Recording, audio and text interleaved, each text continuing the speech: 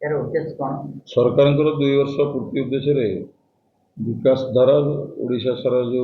कार्यक्रम चली ब्लॉक रे 4 दिन धरी कार्यक्रम चलता प्रथम दिन एस टी मानकर जो जहाँ सुविधा था द्वितीय दिन में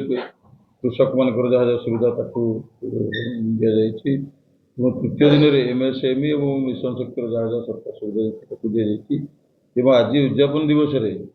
प्राय 2000 ऊर्ध लोक विभिन्न स्कीम दि जाए भत्ता 1200 ऊर्ध दि जाए आम रेशन कार्ड पर नुआ कार्ड दि जाए 500 रु अधिक आपणकर से आमर अंत्योदय घर 50 रु 60 दि जाए आपणकर आज अंगनवाड़ी वर्कर मान मोबाइल दि जाए मिशन शक्ति सुभद्रा शक्ति मान ड्रेस दि जाए प्रधानमंत्री निधि योजना 15,000 टका लेखे जो सौर भी 50टा पाखापाखि दि जाए 15,000 टका लेखे ये सांगे आमर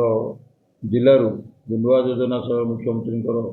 झील बहुत भी से 50 पाखापाखि अधिक दि जाए एडीटी विभिन्न घर एवं तंत्र सहायता बहुत प्रकार देखते अन्यून 2000 रु अधिक बेनिफिशियरी बड़म्बार आज बहु सुविधा पाई साधारण लोक भितर ये नुआ सरकार आसला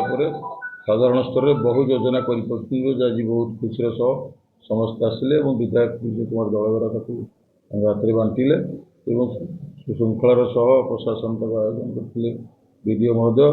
श्रृंखलार सह कार्यक्रम संपन्न हो।